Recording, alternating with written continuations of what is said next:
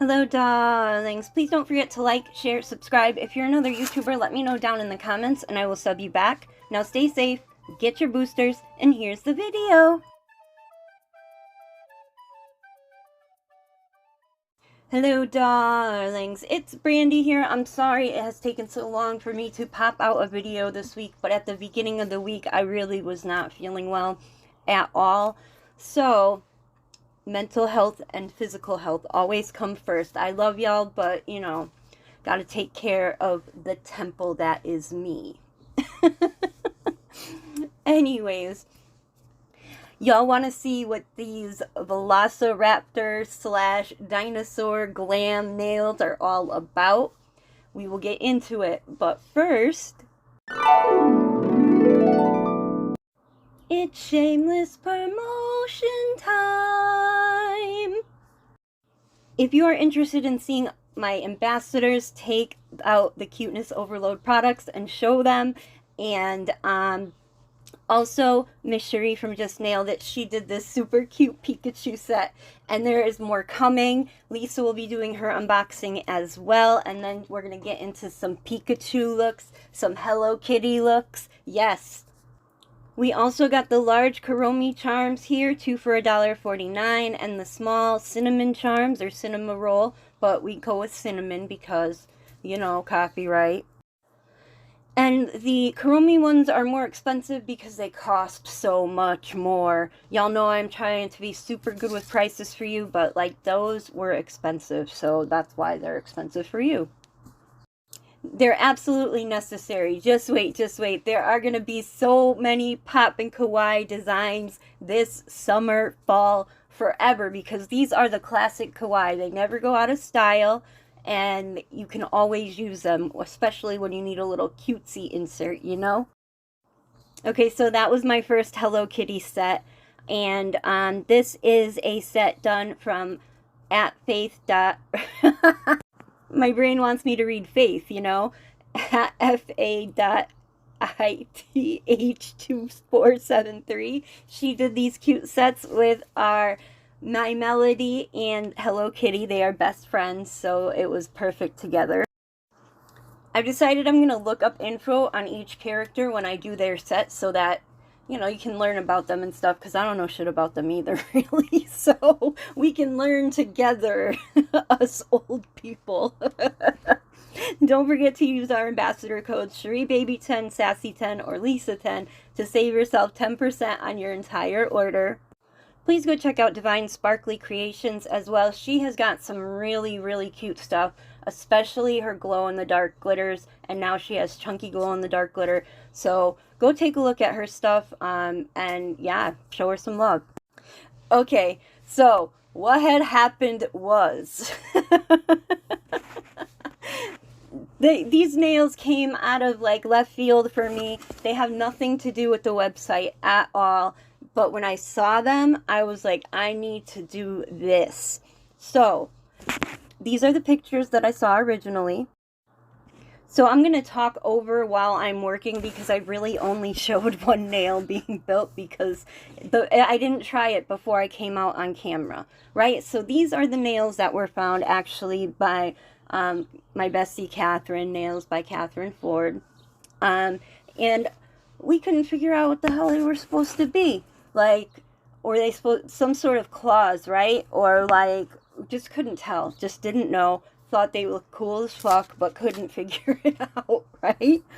So they've been on my mind. I was like, I'm gonna do them, I'm gonna do them, I'm gonna do them. And then the whole cuteness overload thing came out and it kind of got shoved to the side. But these two videos were taken at very different times, like weeks later. So just so y'all know, this first video was the longest one. And a lot of times I will just jump right into whatever I'm trying to do without practicing, depending on what I'm trying to showing, if it's a tutorial or if it's me just screwing around like this.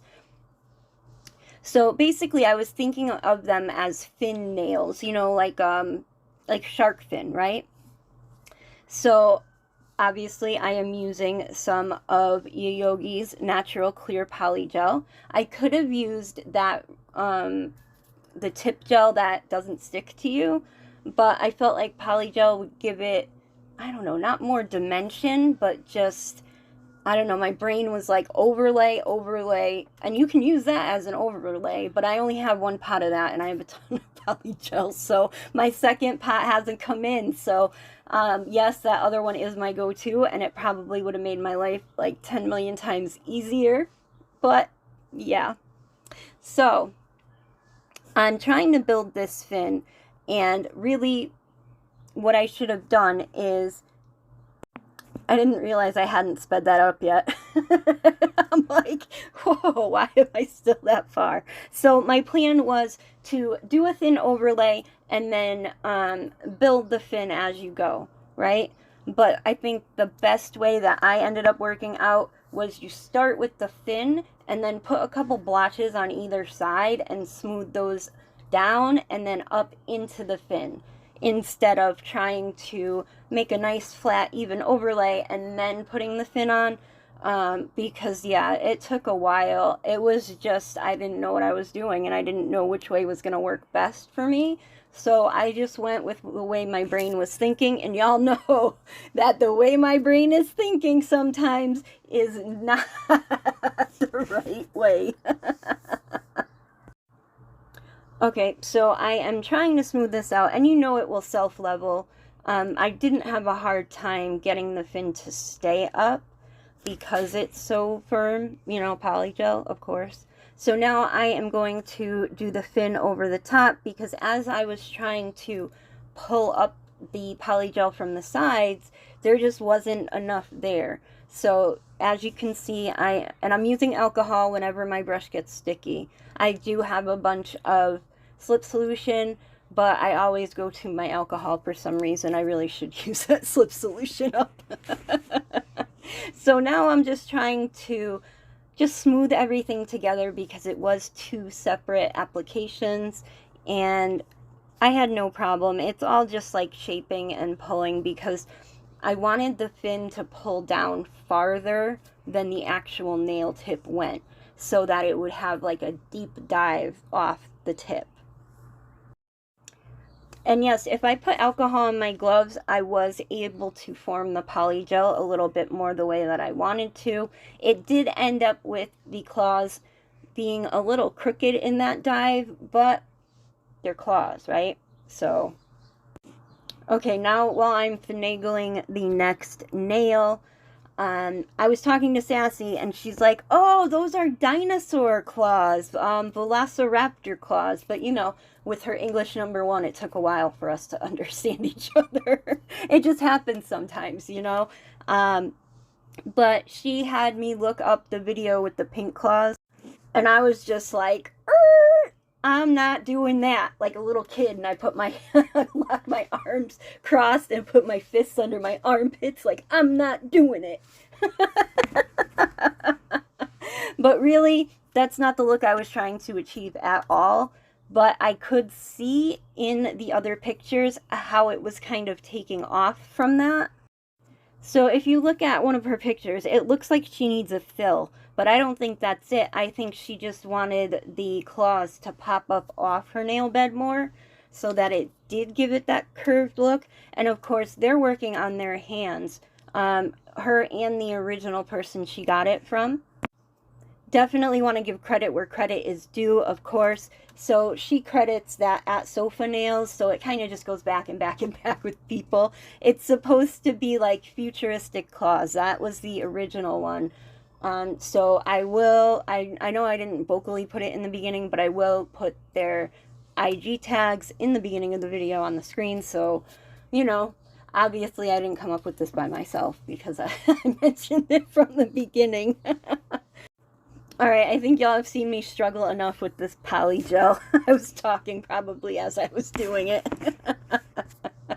Okay, let's get on to the end. I do want to say that I compared the fins on each one to try to make the height at least in the same ballpark, you know? I didn't want them to be like all over the place, but, you know, they don't have to be uniform, because if they're claws, they're probably not, right?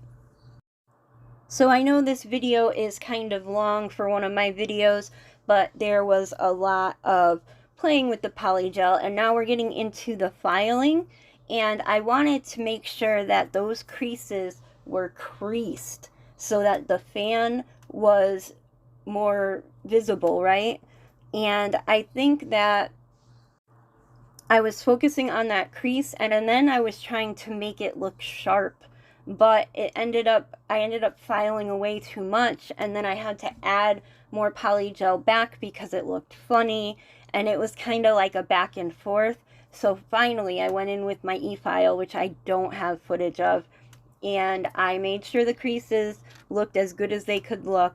And yeah, it just took a little while. And I mean, the hand filing gave me a bit more control, but like I said, like the fins and the hook are not as sharp as I wanted them to be because I kept filing away too much. So that's on me.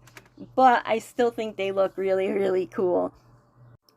I do say that I am really happy I started with the hand filing, because if I would have went right in it with the drill, oh my goodness, I would have gotten the fans would have all been ground off and there would have been big divots down the sides of the now missing fan, you know, trying to make it sharp.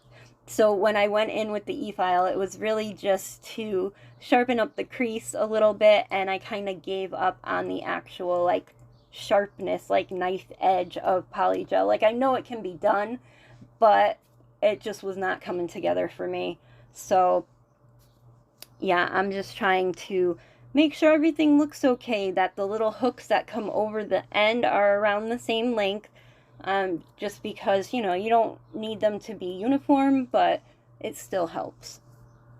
Okay, on to the chrome. So that's how they looked after they're filed, wiped off with rubbing alcohol. So yeah, I was pretty happy with the way that they looked. Like I said, I wanted them to be a little bit sharper, but after all the mishaps that I had, forget it. These were perfect for me. So I go through, I top coat each one first. Now, once they're top coated, I am taking the top coat again, and I am putting it over the front part of the claw, and I'm not really worried about the blending or the ombre part yet, because I wanted this part to be solid with the chrome. And it's a strange chrome. It's like, I ordered gold, but it kind of looks like tarnished. Like, it's not gold, it's not silver, it's kind of in between, and I feel like it was perfect for this. So I'm going in, damn, so when I put the top coat on originally, I put it in the lamp for only 10 seconds, and then I apply whatever type of chrome or pigment or something, and I rub it in and make sure it's all good, and then I put it back in the lamp to let it finish curing, because if I put in a full cure, powder doesn't stick to my stuff. So I don't know if it's because of my lamp or what, but that has never worked for me. So I'm doing the same on every nail. Like I said, I'm not really worried about any ombre or anything like that at the moment. I just want the solid color itself. Now I'm taking an ombre brush, and I am taking top coat, and I'm trying to pull the top coat, you know, to give it like an ombre look, right? But I found that I was picking up too much of the top coat, and the bristles were sticking together. So instead of giving those fine lines, it was just kind of giving me clumps. So I cleaned out the brush, picked up less top coat, and kind of did that little swervy movement, and that helped get the stuck top coat, you know, to feather a little bit more. That's, yeah, feather. That's a good word for it. So I didn't put any extra top coat on the front part at all. I just did the same thing, put it in the lamp for 10 seconds, pulled it out, put the chrome on, and it looked fine. I was going to go in again with the chrome on the very tips, but I liked the way that it looked like that, so I just left it like that. I do want to say less is more when it comes to chrome, so if you try to like put a super thick base, whether it's base coat, top coat, whatever you use, you're going to need more powder to it for it to suck up. and it's going to look dull instead of looking shiny bright like the way that chrome should. So you can, I don't know if you can see, but I get the extra dust that's on the dome of the box that the chrome is in. So I don't even go into the powder really at all. I wanted to leave this little bit of the part in. Whenever I use chrome or glitter or anything like that, I always make sure to take top coat, put it on a palette, and then use a separate gel brush to apply the top coat, because if you forget and you screw up and there's chrome or glitter or whatever on your brush and you put it into your top coat, you have ruined your top coat. And I've done it multiple times. So now I try to remember all the time to do it and to let y'all know, so that hopefully, you know, you won't go through as many top coats as I did when I first started. And with this, I'm not worried about any extra glitter flakes going on to the more clear part. That's not a problem, at least with this set. So it's just to save my top coat. Okay, so here we go. This is the finished look. I do not have the pics on my hands yet. I am going to wait until next week when I have a little bit more time, and hopefully y'all will appreciate exactly what I do. But I do want to, again, give thanks to the people that I got these ideas from. And also, come to the website. Come check out our stuff, because Cuteness Overload is just on a little pause. Next week, it's going to be like bam, bam, bam, bam. People popping up sets everywhere. Not just me, but hopefully very happy customers as well. So, yes, it will be all over the place. If you want to join, come and check us out. And don't forget these two bad boys, or bad lady and boy. Don't forget to use our ambassador codes SugarBaby10, Sassy10, or Lisa10 to save yourself 10% on your order. Don't forget to like, share, subscribe, all that YouTube-y stuff. And yeah, I think that's about it. Thanks so much for watching. Have a marvelous day. And thanks again. Mwah.